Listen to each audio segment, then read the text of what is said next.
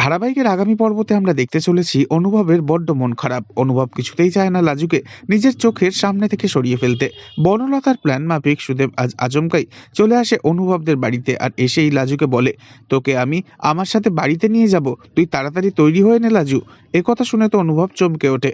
এরপর লাজু নিজের ঘরেতে যায় পোশাক বদলাতে আর আয়নার দিকে তাকিয়ে মনে মনে বলতে থাকে, আমাকে আমার বর নিতে এসেছে। এটা জেনেও কি ও খুব খুশি হলো আজ, নাকি ও আমাকে ঠিক আটকাবে, যেতে দেবে না? এই প্রশ্নই লাজু নিজেকে করতে থাকে। অন্যদিকে দেখা যায় সুদেব অনুভবদের বাড়িতে এসে তো বসে রয়েছে। অনুভব সুদেবকে বলে লাজু পড়াশোনা করবে, ওকে হঠাৎ করে গ্রামে যেতে হবে না। তখন সুদেব রেগে যায় আর অনুভবকে বলে, তুমি তো ভারী অদ্ভুত আবদার করছো। আমার বউ লেখাপড়া করবে বলে তুমি তাকে আমার সাথে সংসার করতে দেবে না? একথা শুনে বনলতা তাকায় অনুভবের চোখের দিকে।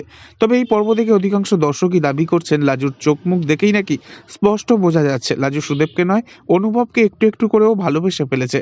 তাই অনুভবের ভালো লাগা খারাপ লাগাকে গুরুত্ব দিতে শিখে গেছে লাজু। আর অনুভবও ভালোবেসে ফেলেছে সেই লাজুকেই। তবে কি এবার দুজনের এই ভালোবাসা ধরে ফেলবে সুদেব আর বনলতা, নাকি গল্পে আসছে নতুন কোনো টুইস্ট? নেক্সট আপডেট জানতে অবশ্যই সাবস্ক্রাইব করে রাখবেন। ধন্যবাদ।